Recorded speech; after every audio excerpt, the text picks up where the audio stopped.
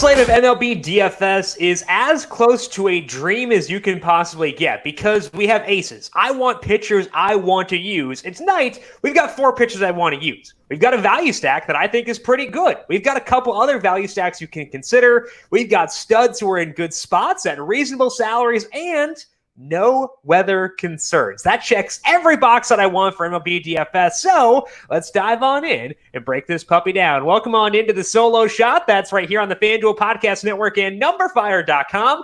My name is Jim Sonis. I am a senior writer and analyst for numberFire.com, here to break down Wednesday night's 9-game MLB DFS main slate with lock set for 7:05 for tonight. As I mentioned, I don't think there are any weather concerns for tonight, so we should be okay. The temperatures, I believe, for every game that is outdoors, or I expect to be outdoors, between 68 and 81 degrees. So not a lot to consider there. You can just pick your plays, plug them in, and see what happens. It's a pretty fun slate. We'll take a look at that in just 1 second. But first, a quick reminder to check out the numberFire Daily Fantasy Podcast feed, where Brandon Gadula and I broke down the U.S. Open from a PGA DFS perspective, getting you set for that by discussing which studs we're targeting, roster construction, strategy, our favorite golfers in each salary tier, and more. That is already posted. Tomorrow, we have our Week 2 NFL preview podcast. Week 2 is my favorite year of the NFL season. We've got some data to work with, but also salaries may not be efficient. People may be overreacting or underreacting. It's a pretty fun week. So week 2 coming tomorrow, Thursday. And we also recording live on YouTube at 10 a.m. Eastern. So make sure you are subscribed to the numberFire Daily Fantasy Podcast feed wherever you get your podcasts. And also check out the FanDuel YouTube page, because almost all of our podcasts are recorded live right there. FanDuel is always giving users a chance at glory and a big payday. And the Ringers Mega Contest is the latest way they're giving you more ways to win. It is easy. Just make 5 picks against the spread, including 1 double down every week.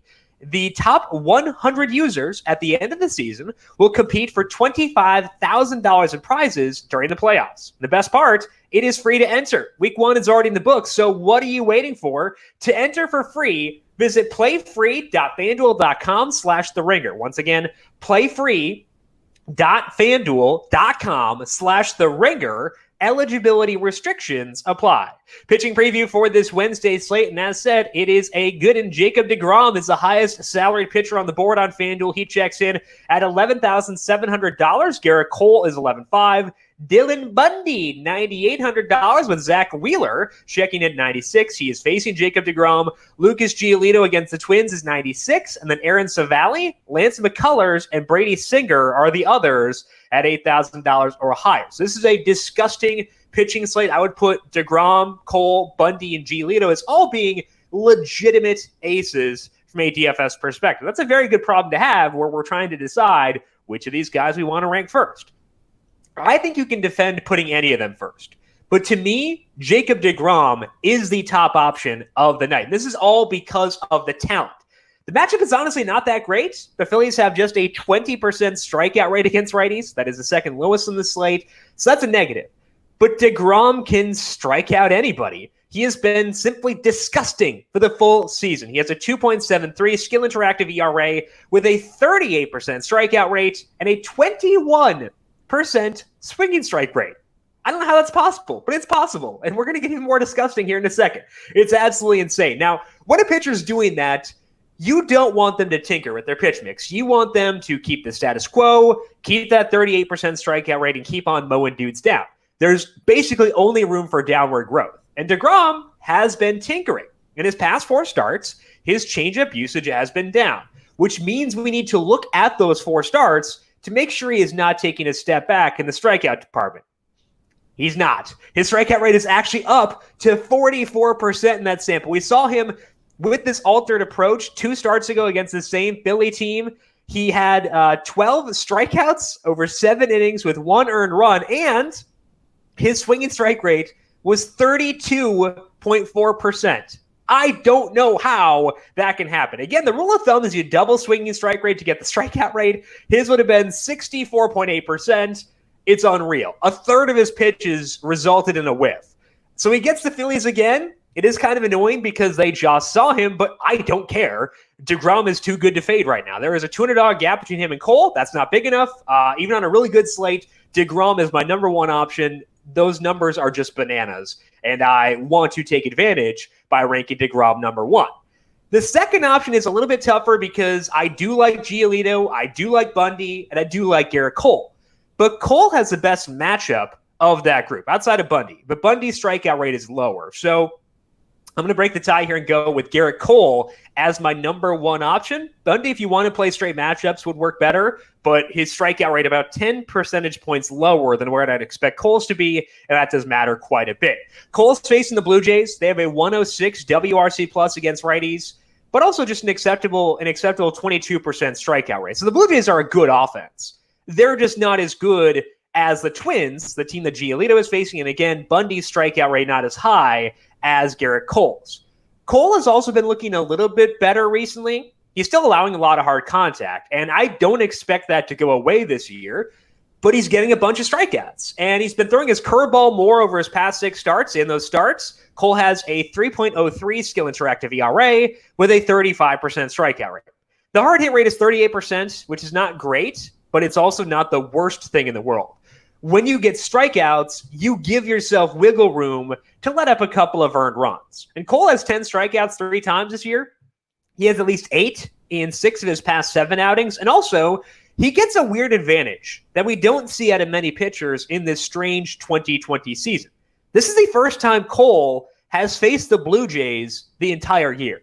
With all the divisional games, we're normally getting guys facing the same team for the 3rd, 4th time, and oftentimes it's right in a row. Like I said, DeGrom had just faced the Phillies 2 starts ago, but the Blue Jays have not seen Cole yet, and he just dominated the Orioles, who were seeing him for the 2nd straight start.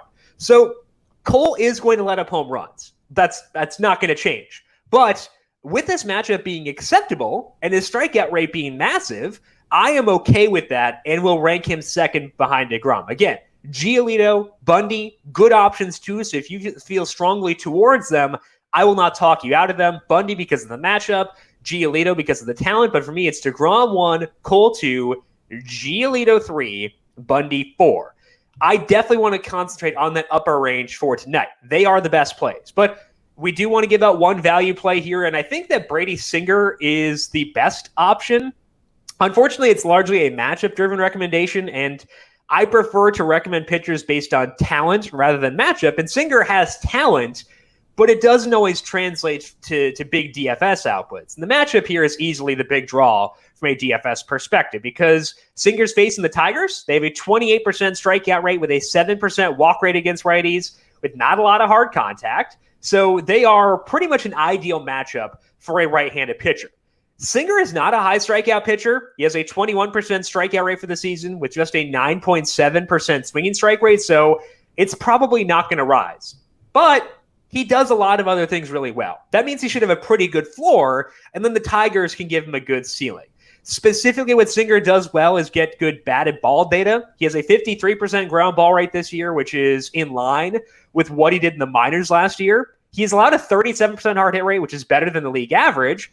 And we've also seen Singer making slight improvements as the season has gone along, which you would expect for a guy who is so young and making the leap up to the big leagues. Last time out, Singer almost no-hit Cleveland. He threw 8 innings of shutout baseball, allowed just 1 hit with 8 strikeouts. His swinging strike rate there was 13.5%. This is a better matchup for Singer than what he had against Cleveland. He's been throwing his slider more often recently. It's possible that helps him unlock additional upside. And again, we did see him have that big start against Cleveland. So I'm good going here if you really want to spend down. Singer is a legitimate option for a DFS, not just some obligatory mention. But if I am being upfront about the way I'm going to play tonight, it will be focusing mainly on the studs. DeGrom 1, Cole 2, Giolito 3, Bundy 4, and then if I want to go value to load up on the Yankees and the Astros, spoiler alert, I would say that Singer would be the best way for doing so. So again, it revolves around the studs for me at pitcher for tonight. Speaking of the Yankees and the Astros, let's move into the stacks for today. And I think that there are a good number of interesting stacks. Those two obviously going to be among them. But I think the Yankees have to be at the top of the list for me. It helps that they're finally getting healthy. There's no Aaron Judge yet, but they're probably as healthy as we could possibly hope for at this point. Judge sounds like he'll be back later this week too, and they bring that health into a good matchup. They're facing Tanner Roark. Roark has a 5.60 ERA this year with a 5.44 skill interactive ERA for the full season. And we've seen Roark making some tweaks to try to right the ship. He's been throwing his four-seam fastball more in his past 4 starts, but he's had pretty much the same peripherals. His Sierra is 5.38 with a 19% strikeout rate and an 11% walk rate. We did see back in the day, Roark was someone who would limit hard contact. He's not doing that right now. He has a 44% hard hit rate for the full season, which is likely why he's cutting back on the four-seam fastball.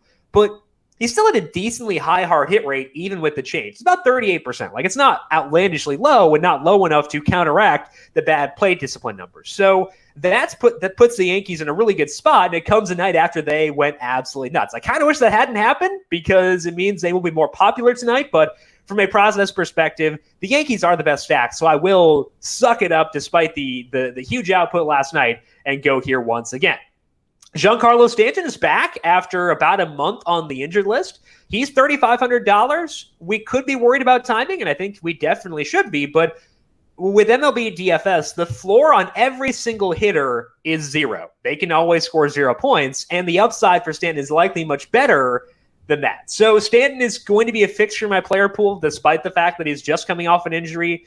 Gio Urshela is a pretty forgiving salary, probably going to bat somewhere in the middle of the order. Same thing with Aaron Hicks, and if Gleyber Torres can play, he'd be in that discussion too. So I'd pepper the mid-range with this Yankees team if you're spending up a pitcher and see if you can fit Stanton in that build. And you can. Believe me, you can. So I would say definitely go there for the Yankees for tonight. An easy way to help you to get Stanton, along with DeGrom or Cole, is by finding a value stack. That's not the Astros. We'll talk about them in a second. But I do think that the Royals are a good value stack. They themselves aren't all that exciting. Not a ton of hard contact, not a great overall offense, but they're facing Tarek Skubal, who has been struggling so far in the majors. Skubal's up to 5 starts, which is enough for us to look at, and his ground ball rate is just 25% with a 43% hard hit rate. That means that Skubal is letting up a lot of hard hit fly balls, and that often translates into homers. Skubal can get some strikeouts. His strikeout rate is 23%, but that's the one thing the Royals tend to do pretty well is avoid strikeouts. And they're also not terrible overall against lefties. Their WRC plus is 105, and that'll certainly work. The Royals also have some good value plays, so they're not the most inspiring offense, but they can help you get Stanton, and that is inspiring, along with either DeGrom or Cole, so that does help quite a bit. The Royals are a good value stack for tonight. The main value guy here is Edward Olivares. He is $2,300, probably going to bat 6. I'll happily take that once again. I've been using him a ton recently. Salary has not budged too much, so we're back once again. But I want to focus here on Adalberto Mondesi. He got off to a hideous start to the year. But it makes sense because he's coming off an injury. It was an injury to his shoulder. Shoulder injuries can really hurt hitters. So he had to get his timing back, and plate discipline's never been a strength for Mondesi. So it makes sense that if he's not fully right, he'd be in a massive slump. That's exactly what happened, but it seems like he's getting his swing back. His fly ball rate was about 38% in July and August, and he had a lot of infield fly balls there. Those have gone away effectively in September, and he's making more hard contact. That is on top of the stolen base upside that Mondesi has. We've seen the Royals react by putting him back up in the 2 spot in the batting order. We've seen Mondesi hit home runs in 3 of the past 5 games and in 4 of the past 7. In that same 7-game sample, he has 6 stolen bases. So in the past 7 games, 6 steals, 4 homers. That is super high upside. So I'm going to have a bunch of Mondesi at $2,800. I'm not fully convinced that he's fully back, but hey, I don't care. He's been showing upside. I'll take it. $2,800. Phil shortstop. Checks every box for me. Adalberto Mondesi, a great play. He and Edward Olivares are keys to helping you stack the Yankees with DeGrom or Cole. Now, I mentioned the Astros are the other good stack for tonight. I don't think you can go with the Astros and the Yankees in a DeGrom or a Cole lineup, but you might be able to get there with Giolito or Bundy, and you can definitely get there if you decide to go down to Brady Singer for tonight. So I do like the Astros against Kyle Gibson. I'll go through more value plays and things to watch if you want alternative options to the Royals. Gibson is a ground ball pitcher. and that can be annoying for stacking against, but it has not stopped the bad results this year. Gibson's ERA is 6.14. His skill interactive ERA is 4.86, so not a whole lot better. We have seen Gibson, similar to Roark, experimenting a bit. I think he's trying to increase his strikeout rate because he's thrown his slider a bit more often in his past 4 starts, and it's helped. His strikeout rate is up a bit. It is 21% in those 4 starts, but the hard hit rate has also gone up to 48%. What we'll see a lot of times with guys who lean on sliders a lot is that they let up a lot of hard contact. That's exactly what we've seen out of Kyle Gibson. We've seen Gibson allow multiple home runs in 3 of the past 4 starts, and now he gets to face an Astros lineup similar to the Yankees that is almost healthy. The only question mark here is Carlos Correa fouled the ball off his leg last night. He was hitting 7th, though, so, not a huge fixture in this discussion. I used him a lot personally, but, they didn't seem to value him as much as I did. We got George Springer, Jose Altuve, Alex Bregman all here. That's a potent lineup for someone who has been struggling like Gibson to face. So I think the Astros are a really good play here. We're not going to get value, but that's fine if you pair them with the Royals. Just probably can't get there again if you're going with the Yankees in the same lineup again, unless you go down. It's also not like the salaries are outrageous on Houston. Springer's the only guy here above $3,400, and he's just 36.